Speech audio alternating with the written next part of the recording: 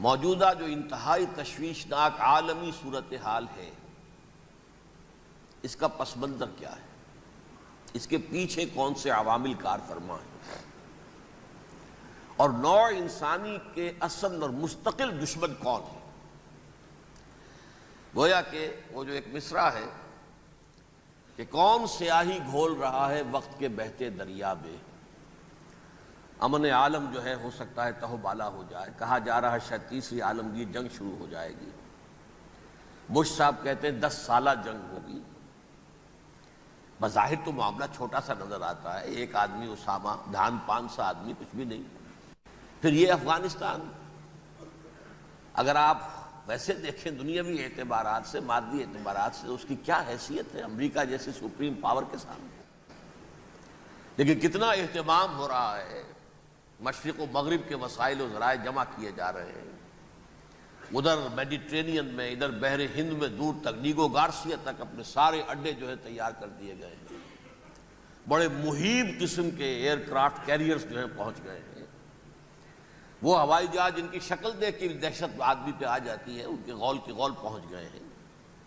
یہ سب کچھ کیا ہے، کیا ہونے والا ہے، اس کے حوالے سے میں آج آپ کے سامنے اس وقت کا عالم کیا ہے، اس کا پس منظر کیا ہے، پیش منظر کیا ہے، کیا ہونے جا رہا ہے، کیا کچھ ہونے والا ہے، اور پیچھے کون اصل کیریکٹرز ہیں کہ جو کار فرما ہے، میں اس کا آج جائزہ پیش کرنے چلا ہوں۔ دیکھیں، سب سے پہلی بات، انسانیت کا اور نوع انسانی کا ازلی اور ابدی دشمن وہ ابلیس لعین ہے۔ یہ چونکہ چیزیں ایسی ہیں کہ جو ما وراء الطبیعات سے متعلق ہیں۔ ابلیس جن ہے، جن انویزیبل ورلڈ سے تعلق رکھتا ہے، غیر مرئی، جو نظر نہیں آتی۔ اب اس کے ساتھ نوٹ کیجئے، اس ابلیس کے ساتھ ایک فوج بھی ہے، جسے قرآن مجید میں کہا گیا ہے کہ یہ اس کی پارٹی ہے، حزب الشیطان، یہ اکیلا نہیں ہے۔ ایک تو وہ عزازیل ہے، اس کی طویل ترین عمر اللہ نے دے دی، وہ تو قیامت تک رہے گا۔ باقی بھی جنات جو ہیں ان کی نسل میں سے، جو اس کی نوع میں سے، اس کی نسل میں سے، جنات کی عمریں انسانوں کی عمروں سے زیادہ ہیں، بہت زیادہ ہیں، لیکن پھر بھی اتنی نہیں ہے۔ یہ خاص ہے اس کا معاملہ کہ اس نے کہا تھا رب انظرنی الی یوم یبعثون، مجھے دے دے مہلت اس وقت تک تاکہ میں ثابت کر کے دکھا دوں کہ جسے تو نے یہ خلافت دیا یہ اس کا اہل نہیں ہے۔ Let me prove this point ولا تجد اکثرهم شاکرین، تو ان کی اکثریت کو شکر گزار نہیں پائے گا۔ وہ ابلیس جو ہے وہ ریکروٹ کرتا ہے اپنے فوجی، اول تو خود جنات میں سے، جو اس کے نمبر 1 لشکری ہے۔ قرآن مجید میں اس کا اشارہ دیا گیا ہے، انہو یراکم ہوا وقبیلہ من حیث لا ترونہم۔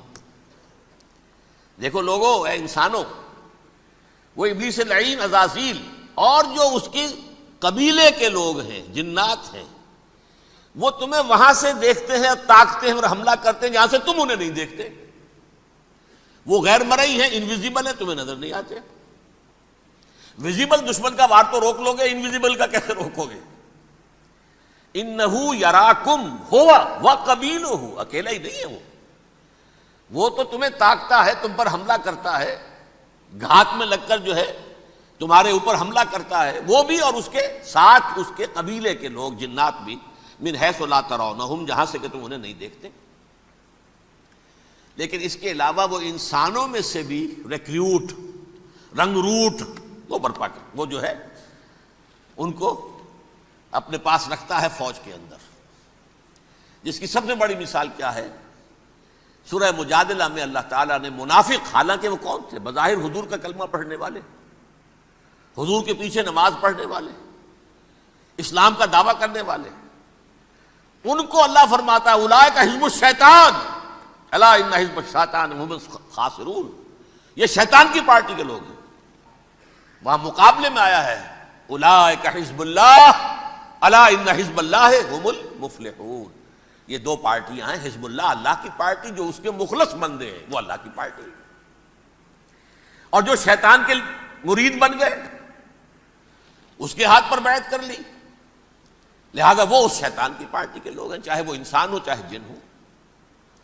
تو انسانوں میں سے بھی اس کے حزب میں، اس کی پارٹی میں اس کے ایجنٹ ہیں اور بہت ہیں، بلکہ بہت سے تو ایسے ہیں کہ جو جنات کے بھی کان کتر دیں، ان کو بھی شیطنت سکھا دیں، پڑھا دیں۔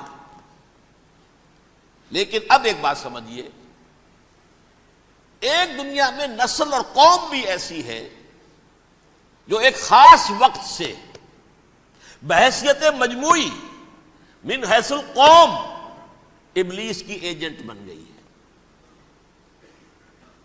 وہ کون ہے؟ وہ یہودی ہے۔ یہ یہودی قوم جو ہے، اس میں ایک تو کچھ یہ کہ ان کی فطرت کے اندر یہ تھا کہ ہم ہیں اصل انسان، باقی انسان جو ہے وہ انسان نما حیوان ہے، ان کی کوئی حیثیت ہی نہیں۔ ہم ہیں اصل انسان، نحن ابناء اللہ واحباؤہ۔ باقی یہ جنٹائلز، یہ گوئمز، غیر یہودی، یہ تو حیوانات ہیں۔ اب جیسے کہ انسانوں کو حق ہے کہ حیوانوں کو ایکسپلائٹ کریں، استعمال کریں۔ گھوڑے کو آپ تانگے میں باندھتے ہیں کہ نہیں؟ اس کی پسینے کی اور محنت کی کمائی ہے جو کھاتا ہے تانگا چلانے والا۔ البتہ یہ ضرور ہے کہ چونکہ اگلے روز پھر جوتنا ہے تو کچھ نہ کچھ تو اسے بھی کھلائے گا نا، اپنی کمائی میں سے کچھ دانے کھلائے گا، کچھ اور گھاس دے گا۔ یا بیل کو جوتنا ہے ہل میں تو کچھ نہ کچھ اس کو دینا ہوگا کھانے کو، لیکن پھر اسے استعمال کرنا ہے۔ تو ان کا مستقل قول یہ ہے کہ اصل انسان ہم ہیں، باقی پوری نوع انسانی ہمارے لیے حیوانوں کے درجے میں، ہم چاہیں جس طرح انہیں استعمال کریں، ایکسپلائٹ کریں، دھوکہ دیں، جیسے چاہیں، لوٹیں، کھسوٹیں، سب کچھ کریں، بدعہدی کریں، ان سے سود لیں، سب کریں، جو بھی ممکن طریقہ ہو، یہ ہمارے لیے، ہم ڈومینیٹ کریں گے، اور یہ در حقیقت ہمارے اعلی کار ہیں۔ ایک تو اس اعتبار سے یہود بقیہ پوری نوع انسانی کے دشمن بن گئے۔ قرآن مجید کی وہ آیت بھی میں نے آپ کو سنائی ہے،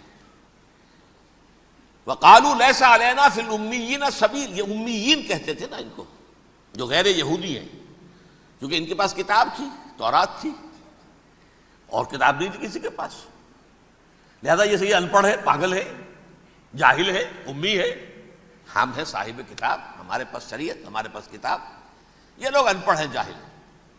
لیس علینا فی الامیین سبیل، ان امیین کو ہم لوٹیں، کھسوٹیں، دھوکہ دیں، فریب سے جو کریں، چوری کریں، ڈاکہ ڈالیں، جیب کے قطرے، جس طرح بھی کریں ہمارے لیے جائز ہے، ہمارے اوپر کوئی گرفت نہیں ہوگی۔ اللہ تعالیٰ ہم سے یہ نہیں پوچھے گا تم نے جھوٹ کیوں بولا تھا اس کے ساتھ، تم نے وعدہ خلافی کیوں کی تھی اس کے ساتھ، تم نے کیوں دھوکہ دیا تھا اس کو، تم نے کیوں اس کا مال جو ہے غبن کر لیا تھا، ہڑپ کر لیا تھا، نہیں، ہم پر پوچھ نہیں ہے۔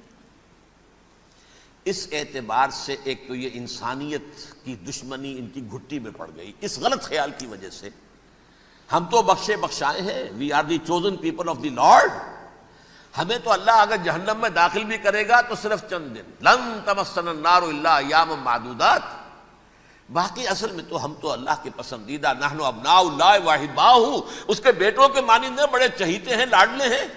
یہ باقی دنیا، باقی انسان ہماری چراہ گاہ ہے، جیسے چاہیں چریں، جس طرح چاہیں ہڑپ کر جائیں۔ یہ تو ان کا پہلے سے مستقل معاملہ تھا، لیکن اس کے بعد ان کی تاریخ میں ایک دور وہ آیا جب حضرت مسیح علیہ السلام ان میں مبعوث کیے گئے۔ یہ 1400 سالہ تاریخ کا کلائمیکس ہے یہود کی۔ جب کتاب انہیں دی گئی تھی تورات حضرت موسیٰ کے ذریعے، وہ 1400 قبل مسیح کا واقعہ ہے۔ اس وقت سے لے کر اللہ کا وہ فضل ان پر ہوا، وہ فضل ان پر ہوا کہ کوئی ایک لمحہ ایسا نہیں آیا 1400 برس میں کہ ان کے ہاں کوئی نہ کوئی نبی موجود نہ۔ یہ تار ٹوٹا ہی نہیں، 2 سے شروع ہوا، موسیٰ، ہارون علیہ السلام، اور 1400 برس کے بعد پھر آخری 2 ہیں، عیسیٰ اور یحییٰ علیہ السلام، یوں سمجھ لیجئے، اور اس کے درمیان یہ تار ہے، اور اس تار میں کوئی ایک لمحہ ایسا نہیں آیا کہ کوئی نبی موجود نہ۔ اس میں اتار چڑھاؤ بہت سے آئے ہیں، اس کا وہ میرا موضوع نہیں ہے اس وقت۔ قبل مسیح کی تاریخ جو ہے وہ میرا موضوع نہیں ہے، قرآن مجید میں سورہ بنی اسرائیل کے پہلے رکوع میں اس کا تذکرہ موجود ہے۔ وَقَضَيْنَا إِلَىٰ بَنِي إِسْرَائِيلَ فِي الْكِتَابِ لَتُفْسِدُنَّ فِي الْأَرْضِ مَرَّتَيْنِ وَلَتَعْلُنَّ عُلُوًّا كَبِيرًا، 2 مرتبہ ان پر عذاب کے کوڑے برسے، پہلے اشوریوں کے ذریعے سے جو شامی تھے، سیرینز اشوری کہلاتے ہیں، پھر بابلیوں کے ذریعے سے یعنی عراقیوں کے ذریعے سے، بیبیلونیا نام تھا عراق کا پہلے، ان پر بہت بڑی بڑی تباہیاں آئیں، اللہ تعالیٰ کی طرف سے عذاب آئے۔ اس کے بعد پھر دوسرے دور میں دوسرا اقتدار کا دور آیا، خرمستیاں بڑھ گئیں، تو پہلے گریکس کے ذریعے سے، یونانیوں کے ذریعے سے، اور پھر رومیوں کے ذریعے سے پسوایا گیا۔ یہ دور گزر چکے تھے ان پر، 2 عروج کے دور اور 2 زوال کے دور۔ میری چھوٹی سی کتاب ہے تنظیم اسلامی کا تاریخی پس منظر، 6-7 روپے کی ہوگی، اس کو آپ دیکھیں گے تو اس میں اس کا پورا نقشہ آپ کو مل جائے گا۔ ویسے تو یہ کہ میری جو ذرا بڑی کتاب ہے سابقہ اور موجودہ مسلمان امتوں کا ماضی، حال اور مستقبل، اس میں نے ان معاملات پر بڑی تفصیل سے بحث کی۔ بہرحال یہ جو دور تھا ان کا 1400 سالہ، وہ اونچ نیچ سے ہوتا ہوا جب آیا ہے حضرت مسیح کی بعثت پر، تو ان کی شرارت کی انتہا یہ ہو گئی کہ اللہ تعالیٰ نے مسیح کو رسول بنا کر بھیجا، رسولاً الی بنی اسرائیل۔ حضرت موسیٰ اور حضرت عیسیٰ کے درمیان رسول کوئی نہیں ہے، سب نبی ہیں۔ حضرت موسیٰ رسول تھے اور حضرت عیسیٰ رسول ہیں، درمیان میں داؤد ہو، سلیمان ہو، یشعیاہ ہو، زکریا ہو، یہ سب نبی ہیں، یحییٰ نبی ہیں، رسول نہیں ہے۔ لہذا وہ شہید کر دیے گئے، رسول شہید نہیں ہو سکتا، قتل نہیں ہو سکتا۔ لیکن عیسیٰ اور موسیٰ کے درمیان 1400 برس ان کے جو ہیں، اس کا کلائمیکس ہے حضرت مسیح علیہ السلام کی بعثت، اور حضرت مسیح علیہ السلام کو جسے اللہ نے اپنی روح قرار دیا، روح منہ، کلمتہ القاہا الی مریم، اللہ کا کلمہ، عظیم ترین معجزات۔ انہوں نے کیا کہا؟ یہ ولد الزنا ہے، حرام زادہ ہے، معاذ اللہ، نقل کفر نہ باشد، یہ جادوگر ہے، یہ مرتد ہے، یہ واجب القتل ہے۔ اصل حکومت اس وقت رومیوں کی تھی حکومت، لیکن انہوں نے انہیں آٹونومی دے رکھی تھی، اپنے مذہبی معاملات تم خود طے کر سکتے ہو۔ تو قائفاس جو اس وقت کا ان کا ہیڈ ربائی تھا سب سے بڑا، اس کی عدالت نے فیصلہ کیا مسیح کو سولی چڑھا دیا جائے۔ پائلیٹس پونٹس، اس کے پاس ان کی یادداشت پہنچ گئی، یہ ہمارا مجرم ہے مذہبی، یہ مرتد ہے، یہ کافر ہے، یہ جادوگر ہے، یہ واجب القتل ہے، اسے قتل کر دو، سولی چڑھا دو۔ خیر وہ لمبی بات ہو جائے گی، اس نے تو اپنے ہاتھ دھوئے کہ صاحب ہمارے پاس کوئی جرم نہیں ہے اس کے خلاف، تم کہتے ہو تو ٹھیک ہے، سولی چڑھا دیتے۔ یہ دوسری بات ہے کہ اللہ نے حضرت مسیح کو اٹھا لیا آسمان پر، ان کی جگہ وہ شخص سولی چڑھا جس نے غداری کر کے گرفتار کروایا تھا، جوڈاس اسکیریوٹ، اس کی شکل اللہ نے بدل دی، حضرت مسیح کی سی، اور حضرت مسیح کو فرشتے اٹھا کے اوپر لے گئے۔